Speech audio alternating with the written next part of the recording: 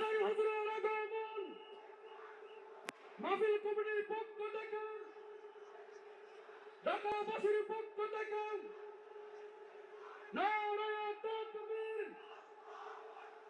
হাজার হুজুরের আগমন, হাজার হুজুরের আগমন, হাজার হুজুরের আগমন ঢাকাবাসীর পক্ষ থেকে মাহফিল কমিটির পক্ষ থেকে নারায়ে তাকবীর, নারায়ে তাকবীর।